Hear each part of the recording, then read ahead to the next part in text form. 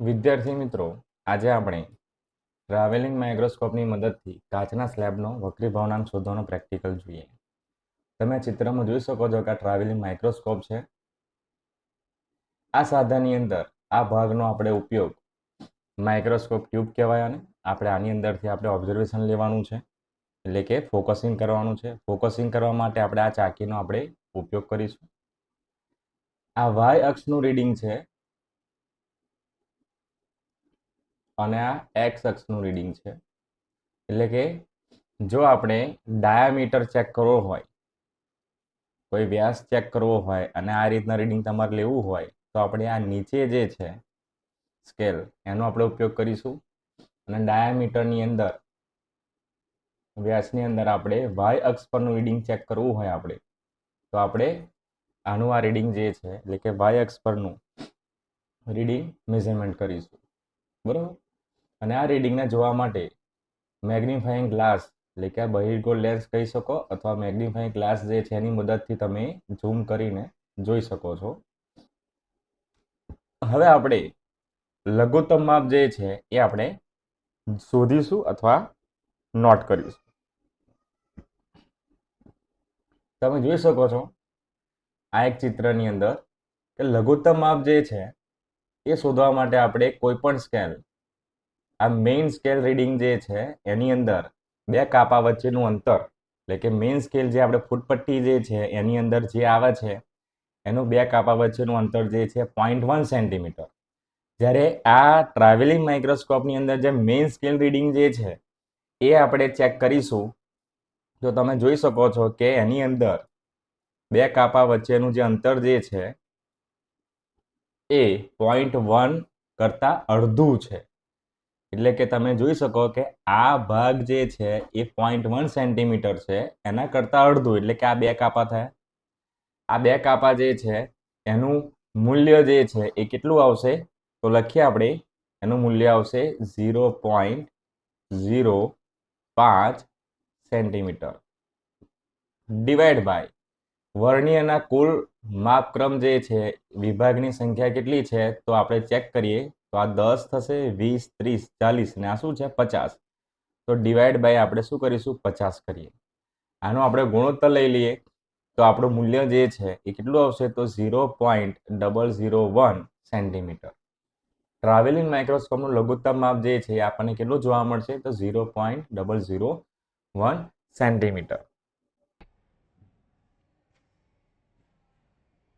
વિદ્યાર્થી મિત્રો, આજે આપણે ટ્રાવેલિંગ માઇક્રોસ્કોપની મદદથી કાચના સ્લેબનો વક્રીભાવનાંક શોધવાનો પ્રેક્ટિકલ આપણે કર્યું. સૌપ્રથમ કાચનો સ્લેબ જોઈશું આપણે. ચોક જે છે એનો પાવડર આપણે યુઝ કરવાનો છે, બરોબર. અને ટ્રાવેલિંગ માઇક્રોસ્કોપ. સૌપ્રથમ ટ્રાવેલિંગ માઇક્રોસ્કોપની અંદર આપણે આનું લઘુત્તમ માપ શોધીશું. પછી વાય અક્ષ પર આપણે બધા રીડિંગ લેવાના છે. પ્રેક્ટિકલમાં આપણે વાય અક્ષ પરના રીડિંગ લેતા હોવાથી આપણે રીડિંગ મેઝરમેન્ટ આની અંદર આપણે, એટલે કે વાય અક્ષ પરનું આપણે કરવાનું છે, એક્સ અક્ષ પરનું રીડિંગ મેઝરમેન્ટ કરવાનું નથી, બરોબર. એટલે સૌપ્રથમ પહેલું રીડિંગ આપણે લેવા માંગીશું સફેદ સ્ક્રીન જે છે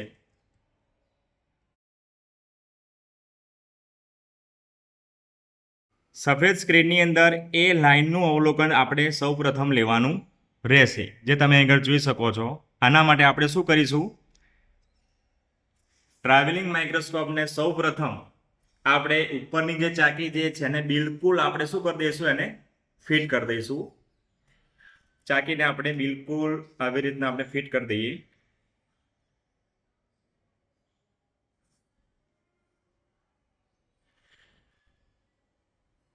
ઉપરની ચાકીને ફિટ કર્યા બાદ આપણે ટ્રાવેલિંગ માઇક્રોસ્કોપની અંદર આ બાજુ સાઈડ જે કે સાધન જે છે, બરોબર, આની મદદથી આપણે પહેલા પેલું એ લાઈનનું અવલોકન જે છે એ ફોકસ કરીશું.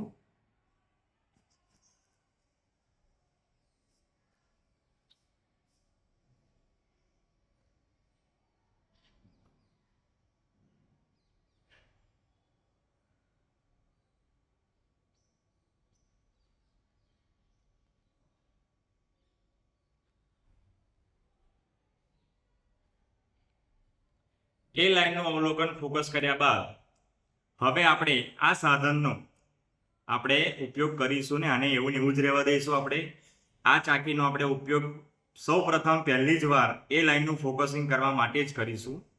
એટલે હવે આને આપણે અડકીશું નહીં. બરાબર. હવે વાય અક્ષ પર જે કે રીડિંગ આવશે એ રીડિંગને આપણે નોટ કરીશું.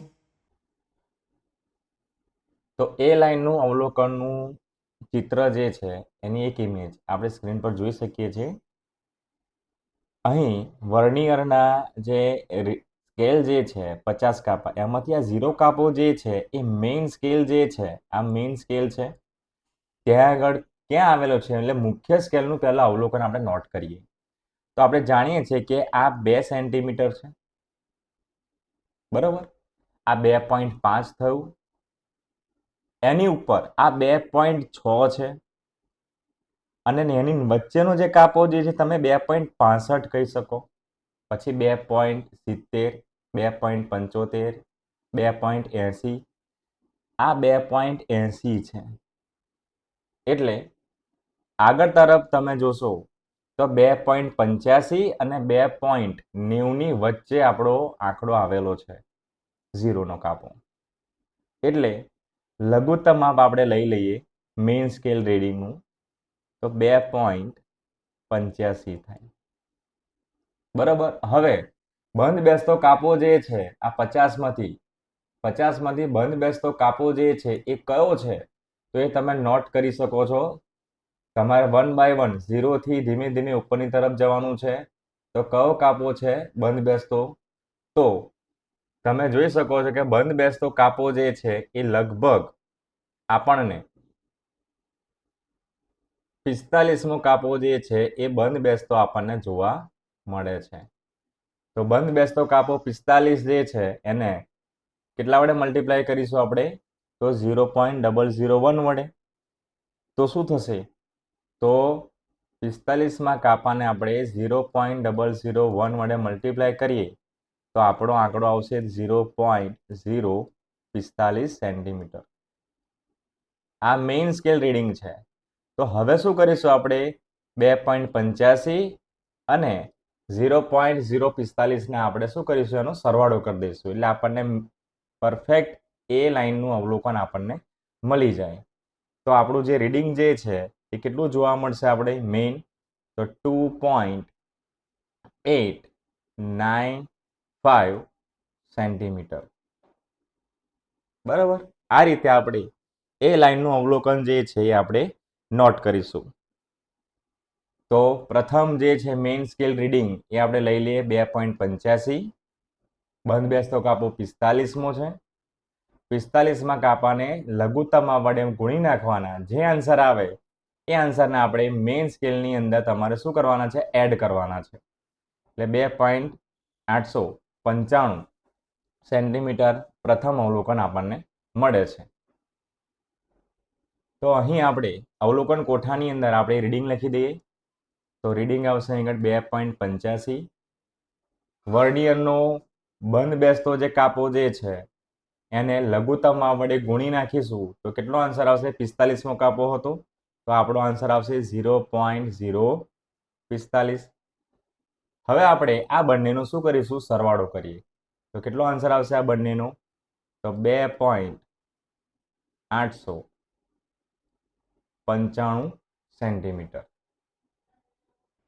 એ લાઈનનું અવલોકન નોટ કર્યા બાદ હવે આપણે શું કરીશું, બીજું રીડિંગ લેવા માટે આપણે કાચના સ્લેબને આપણે એ લાઈન જે છે એની ઉપર આપણે મૂકી દઈશું. આ રીતે કાચના સ્લેબને મૂકી દીધા બાદ હવે આપણે આ ઉપરની જે ચાકી જે છે એની મદદથી હવે આપણે રીડિંગ લેવાનું છે.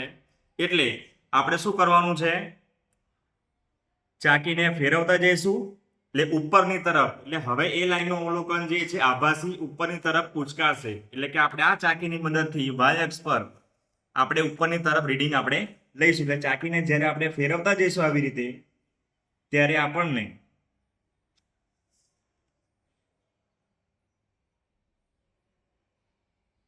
એ લાઈનનું અવલોકન ફોકસિંગ થાય ત્યાં સુધી આપણે આ ચાકીને ફેરવતા જઈશું.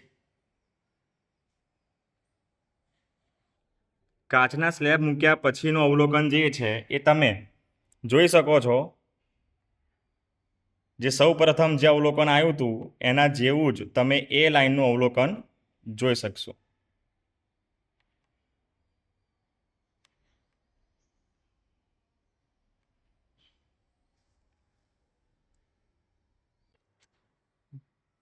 હવે કાચના સ્લેબ મૂક્યા પછીનું અવલોકન આપણે વાય અક્ષ પર આપણે ટ્રાવેલિંગ માઇક્રોસ્કોપની અંદર લઘુત્તમ માપ મેળવીને આપણે આગળ નોટ કરીશું, જે બીજું અવલોકન થશે આપણું. કાચનો સ્લેબ મૂક્યા બાદ હવે આપણે બીજી ઇમેજ જે આવે છે એનું આપણે અવલોકન લઈએ. અહીં વર્નિયરનો 0 કાપો ક્યાં આવેલો છે એ આપણે જોઈએ મેઇન સ્કેલ પર. તો મેઇન સ્કેલ પર આપણને ચોખ્ખું જોવા મળે છે કે આ 3 સેન્ટીમીટર છે, આ 3.5 થઈ ગયું.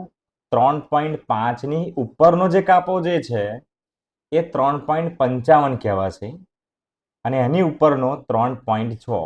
તો લઘુત્તમ માપ કેટલું આવશે? તો 3.55 અને 3.5ની વચ્ચે. બરોબર? એટલે આપણે જોઈ શકીએ છીએ કે 3.5 અને 3.55ની વચ્ચે 0 કાપો આવેલો છે. તો લઘુત્તમ માપ આપણે લખી દઈએ મેઇન સ્કેલનું 3.5. બરાબર. હવે 50માંથી કયો કાપો બંધ બેસતો છે એ આપણે જોઈ લઈએ. તો 50માંથી બંધ બેસતો કાપો જે છે એ આપણને જોવા મળે છે અહીંથી 0થી આપણે શરૂઆત કરવાનું, એટલે કે નીચેથી ઉપરની તરફ તમારે ધીમે ધીમે એક એક કાપા જોતા જવાનું છે. અને કયો બંધ બેસતો કાપો છે એ આપણે જોઈએ. તો લગભગ અહીં આપણને 35મો કાપો કે 36મો કાપો, તમને જે યોગ્ય લાગે એ કાપો તમે લઈ શકો છો. બરાબર. તો અત્યારે મને જે લાગે છે એ કાપો લઈએ છે તો 36મો કાપો. એટલે આ 36મો કાપો જે છે એ બંધ બેસતો છે. તો લખીએ બંધ બેસતો કાપો જે 36મો છે એને આપણે લઘુત્તમ માપ વડે મલ્ટીપ્લાય કરીએ તો આન્સર શું આવશે? તો 0.036 સેન્ટીમીટર. તો હવે મેઇન સ્કેલ રીડિંગ અને 0.036 સેન્ટીમીટર જે મળ્યા એનો આપણે સરવાળો કરીએ તો આપણને અવલોકન બીજું જે છે આપણને મળી જશે. તો એનું આપણે મૂલ્ય લખીએ 3.536 સેન્ટીમીટર. હવે આપણે આ રીડિંગ અવલોકન કોઠાની અંદર આપણે નોટ કરી દઈએ. હવે આપણે અવલોકન કોઠાની અંદર રીડિંગ લખીએ તો આપણને મેઇન સ્કેલ રીડિંગ જે છે એ કેટલું જોવા મળતું હતું? 3.5. બંધ બેસતો કાપો કયો હતો? તો એ 35મો અથવા 36મો હતો. તો 36મા કાપાને આપણે જ્યારે મલ્ટીપ્લાય કરીશું લઘુત્તમ માપ સાથે તો આપણું મૂલ્ય આવશે 0.036. હવે આ બંનેનો આપણે સરવાળો કરીએ તો 3.536 સેન્ટીમીટર આપણને આ રીડિંગ મળે છે. હવે આપણે ત્રીજું અવલોકન જે છે એના માટે શું કરીશું? આપણે ચોકનો આપણે યુઝ કરીશું. કાચના સ્લેબની ઉપરની સપાટીનું રીડિંગ લેવા માટે આપણે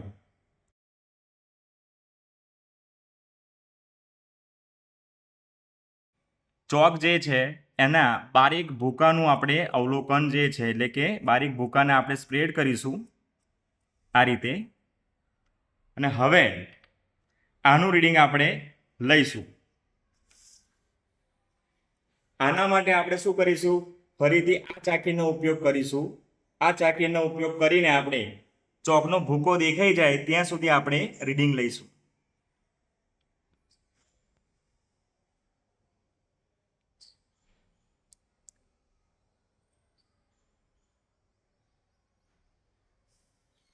વિદ્યાર્થી મિત્રો, આ પ્રેક્ટિકલની અંદર કાચના સ્લેબની જાડાઈ 1.8 સેન્ટીમીટરની છે અને ટ્રાવેલિંગ માઇક્રોસ્કોપની અંદર વાય અક્ષનું સ્થાનાંતર માત્ર 1.6 સેન્ટીમીટર અથવા 1.5 સેન્ટીમીટર થતું હોવાથી હવે આ ત્રીજું રીડિંગ જે છે એ આપણે ટ્રાવેલિંગ માઇક્રોસ્કોપની અંદર પાછળનો જે કે સ્ક્રૂ જે છે પાછળનો ટ્રાવેલિંગ માઇક્રોસ્કોપનો પાછળનો સ્ક્રૂ જે છે એને આપણે થોડોક ઢીલો કરીને એનું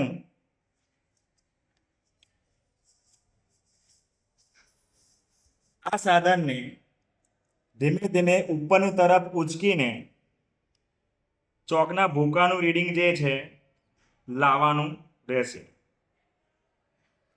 હવે ચાકી જે પાછળની જે છે એને આપણે ફિટ કરી દઈશું આપણે સ્ક્રૂને, એટલે આ રીડિંગ સ્ટેબલ થયું.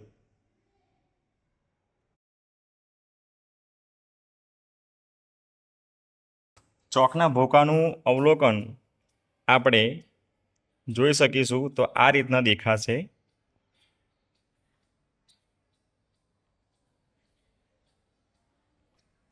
આમ ત્રીજું અવલોકન જે છે એ લઈ લીધા બાદ આ વિન્ડો તમને જે કંઈ દેખાય છે વાય અક્ષ પરની, ત્યાંથી આપણે ત્રીજું અવલોકન નોટ કરીશું.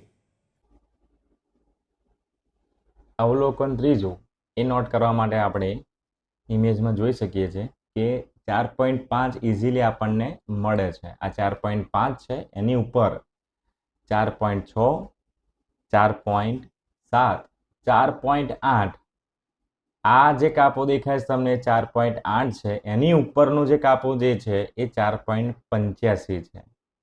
બરાબર, એટલે લઘુત્તમ માપ આપણે શું લઈશું? 4.8 સેન્ટીમીટર. બંધ બેસતો કાપો કયો છે? તો 10મો કાપો જે છે, આ 10મો કાપો જે છે એ બંધ બેસતો આપણને લાગે છે. તો 10મા કાપાને આપણે લઘુત્તમ માપ વડે મલ્ટીપ્લાય કરી દઈએ તો શું મળશે આપણને? 0.010 સેન્ટીમીટર. હવે મેઇન સ્કેલ રીડિંગ અને આ બંધ બેસતો કાપો જે છે એનું રીડિંગ જે છે એનો આપણે સરવાળો કરીએ તો આપણને 4.810 સેન્ટીમીટર આપણને મળે છે.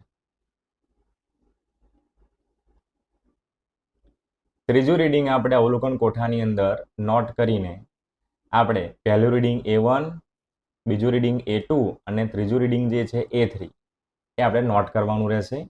અને વક્રી ભવનાંક જે છે એનું સૂત્ર શું છે? સ્લેબની વાસ્તવિક જાડાઈ ડિવાઈડ બાય સ્લેબની આભાસી જાડાઈ. તો A3 માઇનસ A1 એટલે આપણને કાચના સ્લેબની એકચ્યુઅલી જાડાઈ આપણને મળી જશે. અને સ્લેબની અંદરની જે આભાસી જાડાઈ જે છે એટલે કે એ લાઇનનું અવલોકન જે છે જે કેટલું ઉપસેલું છે એના માટે A3 માઇનસ A2. તો હવે આ બધી કિંમતો મૂકી દીધા બાદ આપણો જે આન્સર જે છે એ વક્રી ભવનાંક કાચના સ્લેબનો આપણને 1.5 મળે છે.